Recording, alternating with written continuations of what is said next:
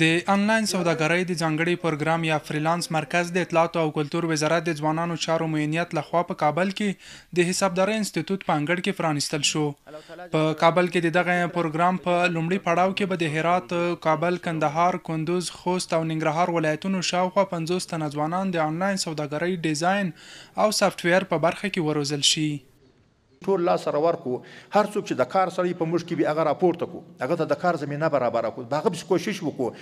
یو څوک چې قدر وي، یو څوک چې ذکاوت ولري، یو څوک چې فارغت ولري، دغه دپاره کار پیدا کړو. هغه په یوازې په یوه سړي نه کېږي. نو موږ ټول وطن هلته ابادولی سو چې د وطن د ابادۍ فکر هر فرد سره ورسره سي، او هر فرد په دې باندې دغه وکړو چې یاره په دې باندې د یوازینۍ لاره د وطن د ابادولو هم دا ده چې ټول په کار باندې ولېږو. له بلې خوا د ځوانانو چارو معین وایي د ټولنې 80% برخه ځوانان جوړوي او په هیواد کې د بېوزله ځوانانو او قدرونو په ملاتړ سره کولی شي هیواد د آبادۍ پر لور بوځي.